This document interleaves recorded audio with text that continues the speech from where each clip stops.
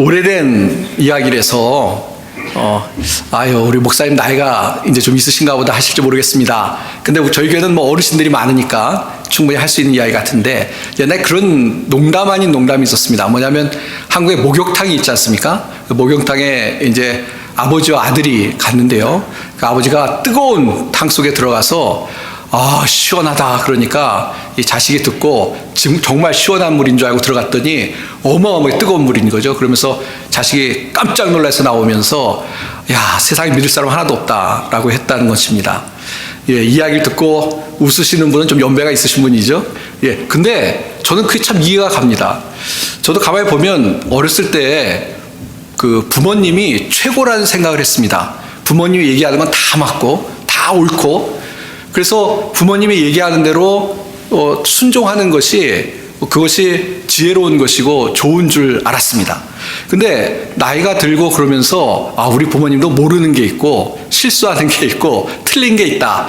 부모님 말을 어렸을 때는 다 믿었는데 과연 믿을 수 있을까라는 그런 나름대로 철이 들어갔습니다. 근데 가만히 생각해 보면요, 그럼에도 불구하고 이 부모님 말씀이 옳은 것이 많았다는 생각이 듭니다. 지금 워낙 이 불신의 시대가 되어서 누구를 믿는다는 것이 참 어려운데, 그래도 부모님의 말씀은 다 나를 위한 이야기였기 때문에 내가 그 말씀에 순종한 것이 나의 삶에 큰 덕이 되었다라는 생각을 갖습니다. 제가 전에 한번 말씀드렸던 건데, 저한테는 아주 영적으로 중요한 깨달음을 얻었던 이야기이기 때문에 한 번 더 드리겠습니다. 어느 날 저희 둘째 아이가 아주 어렸을 때 그냥 이 간신히 이렇게 좀 걸어 다닐 수 있는 그런 때였다고 생각합니다. 그때 아이가 막 우는 소리가 방에서 들리더라고요. 그래서 방으로 달려갔습니다.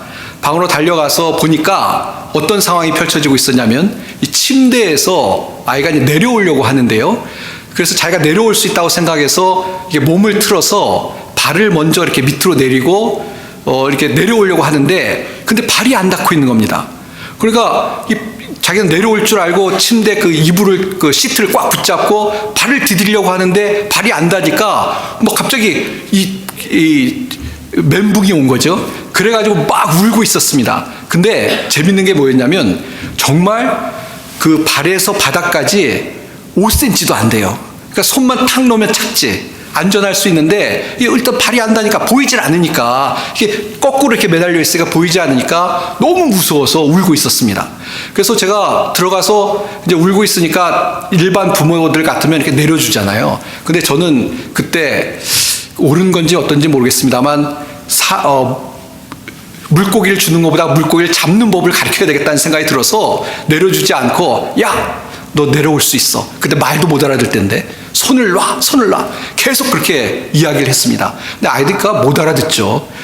이게 걷는 거니까. 저만 이렇게 쳐다보면서 애처로운 눈빛으로 계속 쳐다보는데, 저도 고집이 있으니까 손을 놓으면 돼. 아빠를 믿고 손을 놔봐. 왜냐면 앞으로 계속 내려와야 될 테니까. 근데 결국은 어떻게 됐을까요?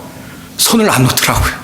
이런 아버지를 안 믿고, 아버지 말을 믿고 손을 탁 놓, 이 모션도 제가 취하면서 손 놓으라고 막 했는데 결국 손을 안 놓더라고요. 그래서 어떻게 했습니까? 결국 내려줬습니다. 내려줬는데, 그때 어떤 생각을 제가 했냐면, 세상에 우리가 살아가면서 하나님과 우리 사이에, 우리가 세상을 보면서 잘 보이지 않으니까요, 두렵고 무서운 일이 생기면 그 사실 별거 아닌데, 그리고 하나님의 말씀대로 순종하면 안전하게 착지를 할 수 있는데, 우리는 잘 보이지 않고 그러니까 자꾸 울고 불고 하나님 쳐다보면서 왜 나에게 이렇게 어려운 시련을 주시고 또 어떻게 하면 좋습니까? 하나님은 괜찮어, 손만 놓으면 돼, 날 믿고 한번 해봐, 이렇게 말씀하시는데도 우리는 그렇게 살고 있지 못하구나 라는 생각을 갖게 됐습니다. 그래서 제가 이 예화를 자주 사용합니다. 손을 놓으십시오. 하나님 믿고 손을 놓으십시오. 그런 예화를 많이 들곤 하는데요, 정말 그런 것 같습니다. 우리가 살아가는 동안 세상의 부모님은 믿을만 해요. 그럼에도 불구하고 세상의 부모님은 완전하진 않아요. 그러나 하나님은 정말 하나님이 되시고, 또 우리를 사랑하셔서 우리를 구원해 주신 분이고, 오늘도 우리를 사랑하기 때문에 우리를 인도해 주신다고 약속하시는 분이기 때문에, 하나님은 우리가 신뢰할 수 있는 줄 믿습니다. 예. 하나님은 뭐 100% 신뢰할 수가 있는 것이죠. 그래서 그 말은 바꾸어서 이야기하면 하나님께서 우리에게 무슨 말씀을 하실 때 그 말씀에 대해서 믿고 순종하는 것이 우리의 모습이 되어야 된다는 것입니다. 사기꾼은 신뢰하면 안 되겠죠. 또 아무 얘기나 듣고 믿으면 안 됩니다. 예. 그러나 우리가 뭐 믿을 만한 사람 얘기는 좀 들어야 되죠. 그러나 그것도 조심해야 되죠. 그러나 우리가 신앙의 삶을 살아가는 하나님의 자녀로서 하나님은 절대 신뢰하고 믿고 하나님의 말씀대로 가라면 가고 서라면 설 수 있는 것, 그것이 신앙의 핵심이라고 생각합니다. 오늘 본문의 말씀으로 돌아가겠습니다. 오늘 본문의 말씀은 이 이스라엘의 요아스 왕이라는 왕이 등장합니다. 역사 이야기를 좀 하자면 이스라엘이 솔로몬 왕 이후에 두 개의 나라로 분리가 되었습니다.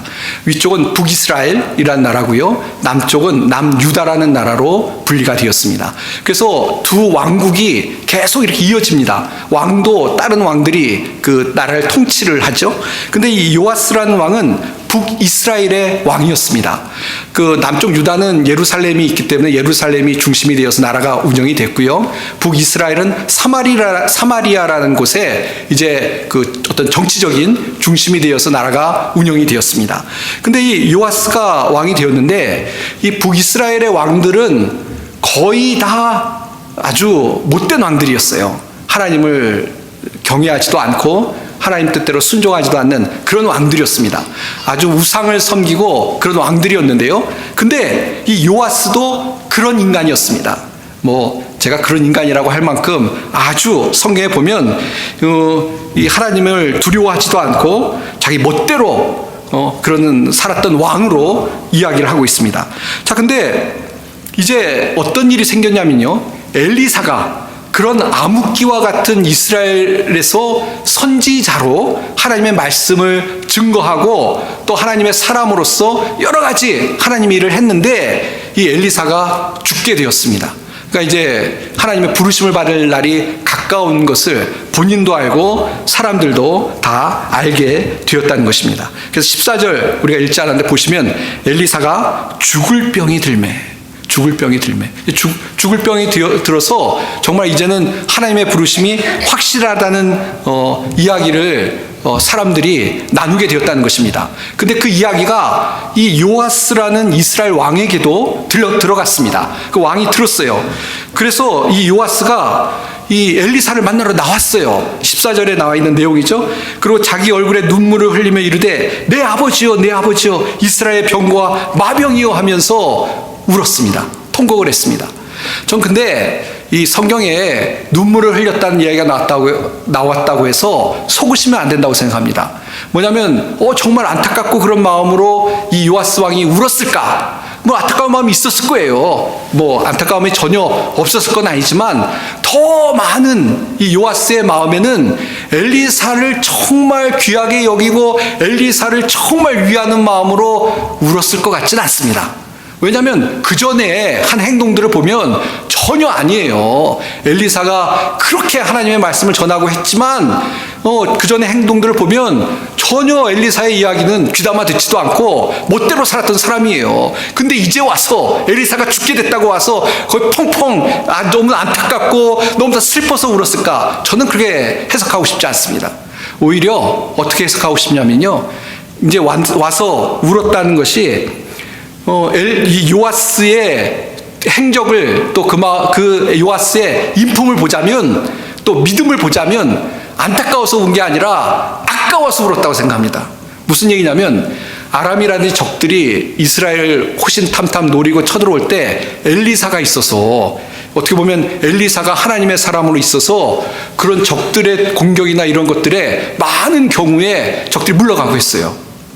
그러니까 여기 병거와 마병이여 이렇게 외치고 있는 것이 야 진짜 아깝다. 엘리사가 1000대 병거와 만대의 마병보다도 훨씬 더 우리에게 재산적인 가치가 있는 사람인데 이제 죽으면은 우리 큰일 났다라는 생각에 안타까워한 모습으로 보여집니다.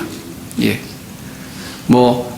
나중에 하나님 나라 가서 요아스를 안 만날 거라고 생각하기 때문에 이 사람 천국에 가 있을 것 같지는 않아요.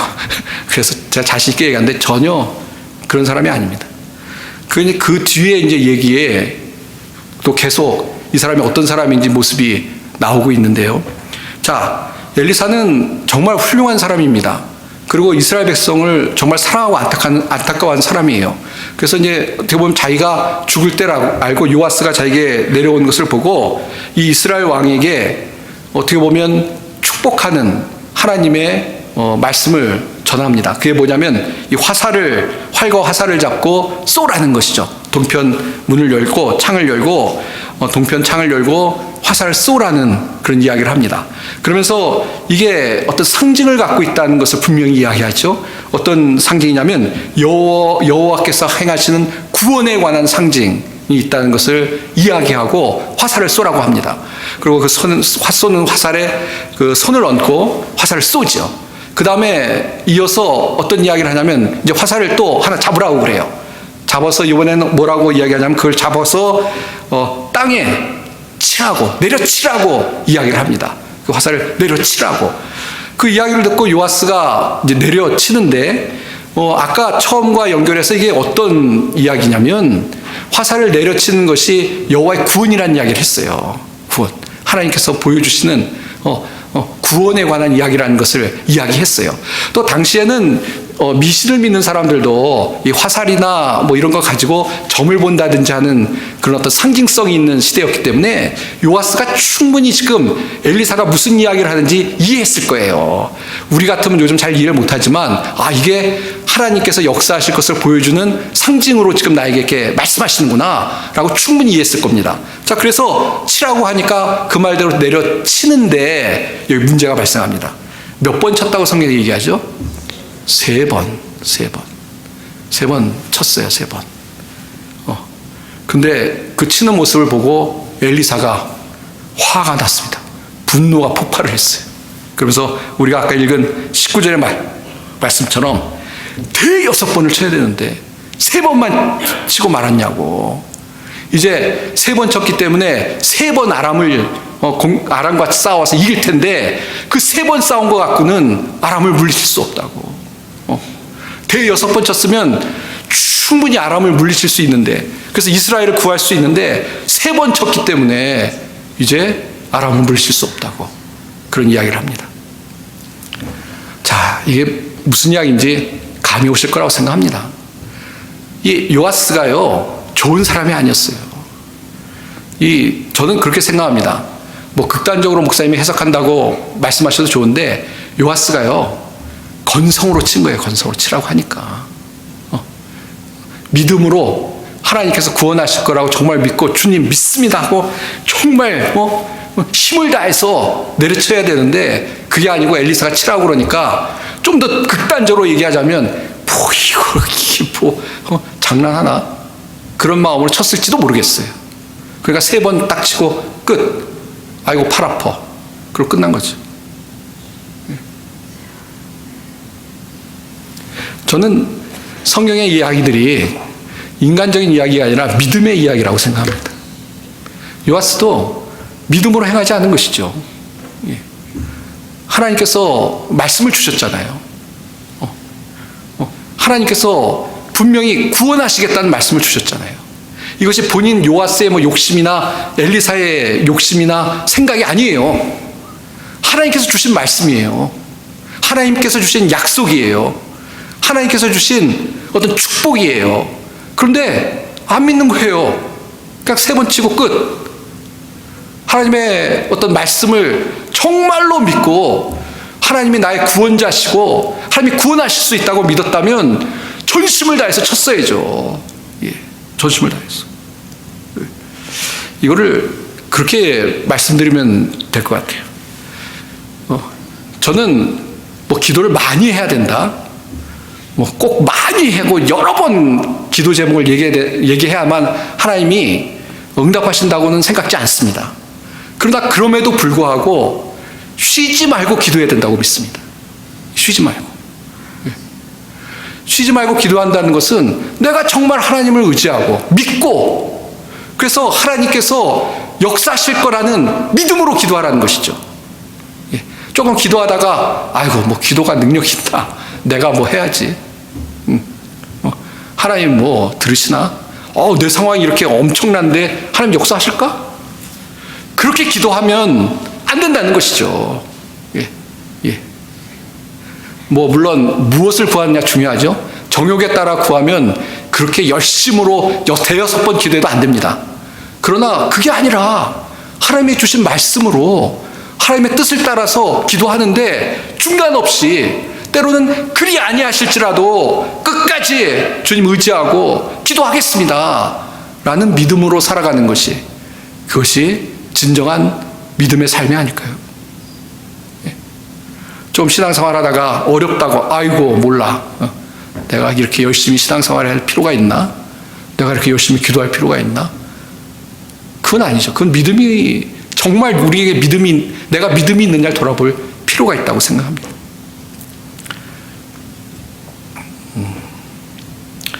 그 노뱀 이야기를 좀 해야 되겠습니다. 이스라엘 백성들이 광야에서 뱀에게 물렸습니다. 사실은 심판이죠. 이스라엘 백성들이 하나님을 믿지 못한 것에 대한 심판으로 뱀에게 물렸습니다.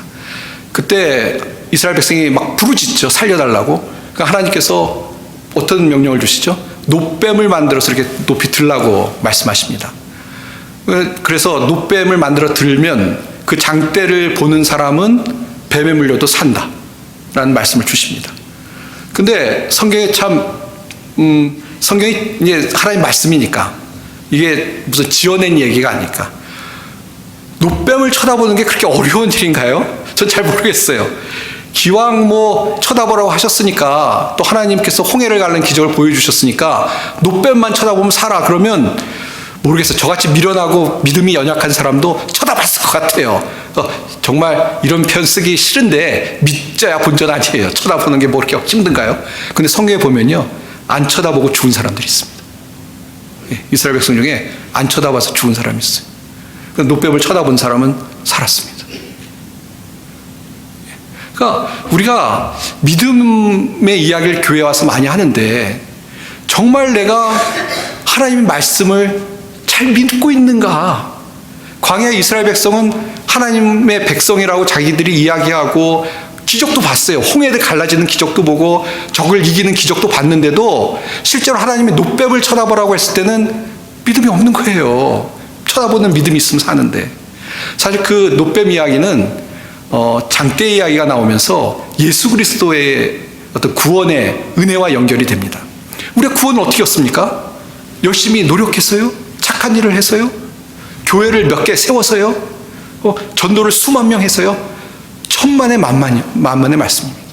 왜? 우리 자격이 없어요. 그런 거로 하나님의 기준에 도달할 수 있는 그런 존재가 아닙니다. 어떻게 구원을 얻습니까? 예수님을 믿어서. 예수님이 나를 위해서 십자가에 죽으신 것을 믿고 내 마음에 모실 때 구원을 얻습니다. 하나님의 자녀가 되는 권세를 얻습니다. 어떻게 보면 믿음만 있으면 되는 거예요. 교회를 한 100개는 너무 많은가? 10개 세워야 구원 얻는다고 하면 아이고 이거 난리가 나는 거죠. 예. 사업도 크게 해야 될 겁니다. 교회를 10개 세워야 되니까. 아니에요. 어떻게 보면 너무 쉬워서 믿음이 안 생기는 것 같아요. 어떤 분들은 예수님을 믿으면, 예수님을 쳐다보면, 십자가의 예수님을 쳐다보면 구원을 얻는다고 이야기합니다. 근데 참 이상해요. 안 믿는 분들이 있어요. 또 믿고 감격하고 주의 은혜를 찬양하고 그렇게 살아야 되는데 뭔가 미지근한 부분들이 우리 가운데 있습니다. 다 무슨 문제겠습니까? 믿음의 문제라고 생각합니다. 성경에 보시면 우리가 이 진실한 믿음을 가졌을 때, 그 진실한 믿음을 가져야 되고, 그런 진실한 믿음을 가졌을 때 그 믿음을 따라서 하나님께 순종하는 것이 얼마나 중요한지 이야기하는 본문들이 너무나 많이 있습니다. 오늘 그 본문도 그거죠. 순종해서 내려쳐야지 믿음으로. 근데 못했잖아요.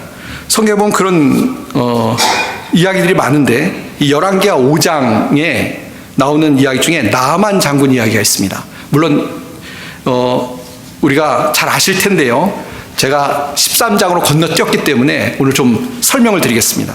이 나아만 장군은 아람 왕의 장군이었습니다.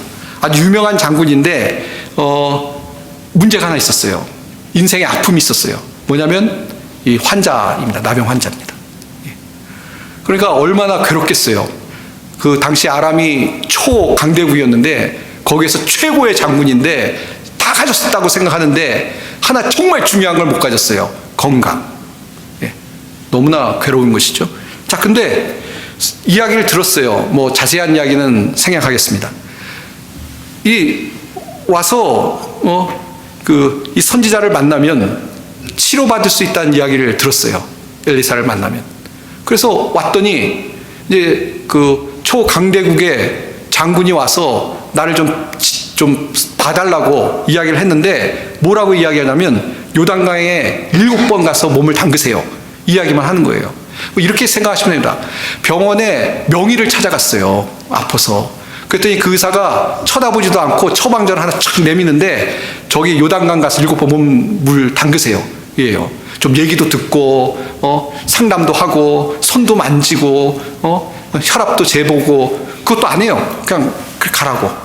그러면 내가 예약하고 한 1년 기다려서 왔는데 이럴 수가 있나? 좀 마음이 심란할 거 아니에요. 그래서 나아만 장군이 그 이야기를 듣고 화가 났습니다. 아니 이 도대체 너무 불성실하게 이렇게 날 대할 수 있나? 그리고 우리 고향에 이 요단강보다 훨씬 더 깨끗하고 크고 그런 강이 있는데 거기에도 안 들어가는데 여기 요단강 7번 담근다고 낫겠나? 라는 생각이 들었습니다. 근데 그 부하들이 좋은 부하들이 있었어요. 신하들이 뭐라고 가서 얘기했냐면 선지자가 더 큰 일을 하라고 해도 하지 않았겠냐고.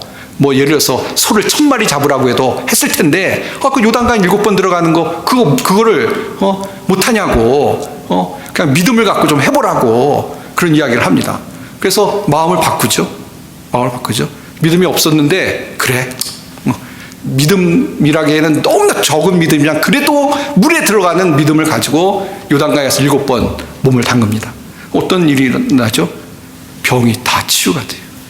믿음으로 순종했더니.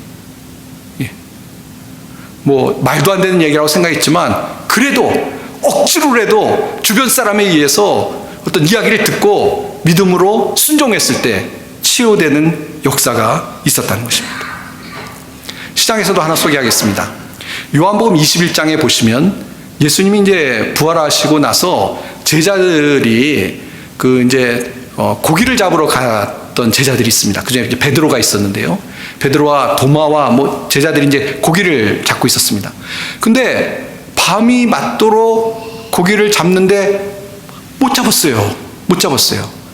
근데 갑자기 예수님이 나타나십니다. 예수님이 나타나셔서 뭐라고 말씀하셨죠? 그물을 오른쪽으로 던져라.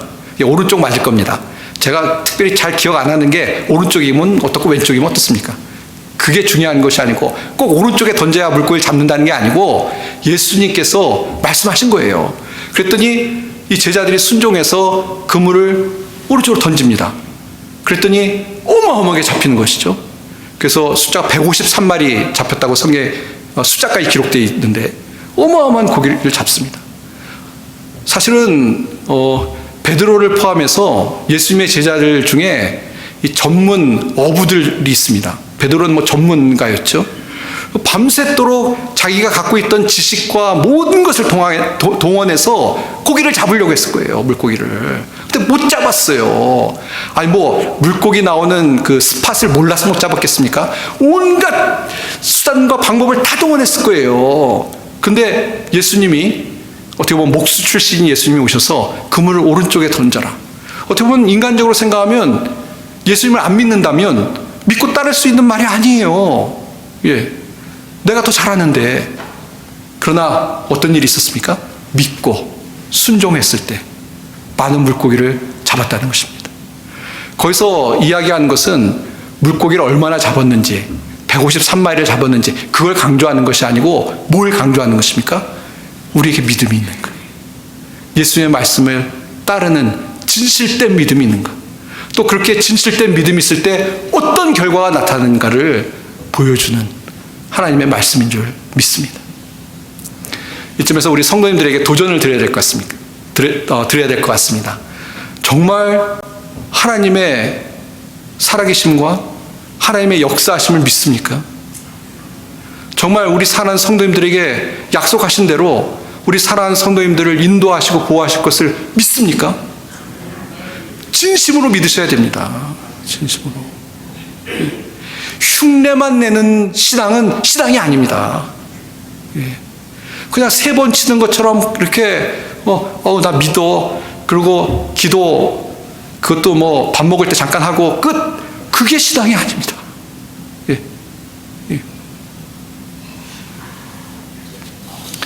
그래서 좀 약간 좀 심각한 말씀을 드려야 될 것 같습니다. 우리가 신앙생활하는 것은요, 이런 단어를 쓰는 것이 맞는지 모르겠습니다만 종교생활을 하는 게 아니에요. 종교생활. 그러니까 종교적인 어떤 모양, 형식, 어떤 종교적인 언어 이런 거 쓰는 게 신앙생활이 아닙니다. 우리가 신앙생활을 한다는 것은 정말 하나님을 믿고 내 인생에 하나님이 들어오시고 그 하나님과 동행하고 내 인생을 하나님께 걸고 살아가는 그것이 우리의 신앙이고 그렇게 살아야만 한다는 것입니다. 이것은 율법적으로 몇 개를 행하고 뭐는 하지 말고 뭐는 하고 그런 이야기가 아니에요. 이 율법적으로 사는 분들은요, 신앙생활 중에 종교적으로 몇 개, 나 오늘 교회 나갔어, 나 헌금했어, 그리고 만족하세요. 그리고 헌금 안 하거나 교회 안 나온 분들을 정죄하고 자기 의의를 막 내세워요. 그건 신앙이 아닙니다. 그건 종교생활하는 거예요. 진짜 신앙은 뭔지 아십니까? 뇌가 바뀌는 거예요. 주님 안에서. 정말 하나님을 믿고 하나님을 믿기 때문에 하나님을 두려워해서 율법적으로 사는 게 아니라 하나님 앞에 살아가고 하나님 두려워하니까 하나님 말씀대로 안 살면 막 경기가 나고 마음에 양심에 찔리고 하나님 말씀대로 살아야 되겠다는 날마다의 결단과 씨름을 하며 살아가는 것이 신앙인 줄 믿습니다. 물론 교회 나오신 거 잘하신 겁니다. 정말 훌륭하십니다. 근데 거기서 머무르시면 안 되고 그건 3번 치는 거예요. 더 하나님께 나를 다 온전히 드리고 하나님을 믿고 의지하고 나갈 수 있는 우리 성도님들이 다 되시길 바랍니다. 이제 말씀을 맺겠습니다. 이 엘리사 이야기의 마지막 부분이 뭐라고 할까요? 굉장히 재밌기도 하고 의아스럽기도 합니다. 우리가 안 읽었는데 20절, 21절 말씀 보시면 재밌는 에피소드가 하나 소개됩니다. 엘리사가 죽고 장사했어요. 무덤에 넣어놨어요. 근데 어느 날 그 모압에서 도적 떼가 왔어요. 그 땅에. 근데 마침 그날 어떤 장례식이 있어서 사람들이 시체를 가지고 지나가고 있었어요. 근데 도적떼들이 오니까 어이구 나 살려라 그러면서 그 시체를 엘리사의 무덤에다 던져놓고 다 도망가 버렸어요. 근데 어떤 일이 났습니까? 시체가 살아났어요. 시체가. 엘리사가 손을 얹은 것도 아니고 죽은 엘리사의 무덤에 시체를 넣었는데 시체가 살아나는 역사가 있었다. 아주 담백하게 기록하고 있습니다. 뭐 설명도 없어요. 딱 그렇게 기록하고 끝나고 있습니다. 저는 이게 왜 하나님께서 이런 말씀을 주셨을까? 저는 그렇게 생각합니다. 이거 제 해석인데요. 신앙이라는 것은요, 이런 겁니다.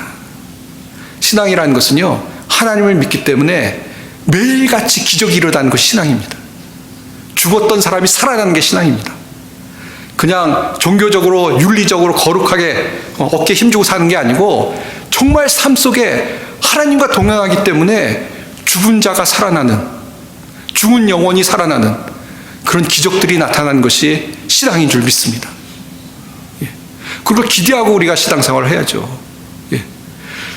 죽은 영혼이 살아나는 그런 역사를 좀 기대하고 살아가는 것, 그것이 정말 신앙의 하나님이 주신 축복이고 우리가 누릴 수 있는 하나님의 은혜인 줄 믿습니다. 근데 이걸 누리려면 어떻게 해야 됩니까? 믿음으로 사셔야 됩니다. 믿음으로. 뭐 하나님 하시겠 기도하기 전에 이미 아이고 기도해도 뭐 그러면 이미 지고 들어가는 거잖아요. 하나님이 하신다. 물론 우리가 생각한 대로 하나님 응답 안 하실 때도 있어요. 그리 아니하실지라도 하나님 우리를 사랑하시기 때문에 가장 최선의 것으로 우리에게 은혜를 베풀어 주실 줄 믿습니다.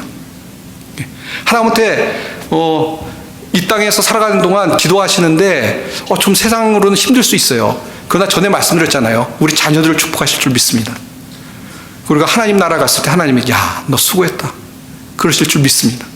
그러니까 어쨌건 좋은 거로 우리를 채우시는 하나님이신데 그 하나님을 믿고 믿음으로 살 수 있는 우리 모든 성도님들이 다 되시길 바랍니다. 저는 집사람하고 그런 얘기를 했는데 제가 목회를 앞으로 하면 맥시멈 10년 할 것 같아요. 저도 은퇴해야 되니까. 저희 교단이 70세가 은퇴라고 합니다. 그래서 앞으로 10년 동안 뭐를 해야 되나 고민을 많이 합니다. 뭐 당연한 것이죠. 근데 말씀을 전하는데 전에는 조금 성도들의 눈치를 봤다는 건 전혀 아니고요. 제가 뭐 그런 종류의 부류의 사람은 아닙니다. 근데 좀 그래도 너무 세게 전하면 안 될 거라는 생각을 했는데 마음을 좀 바꿨습니다. 말씀을 후회 없이 전해야 되겠다라는 생각을 갖습니다. 오늘 말씀도 그거예요.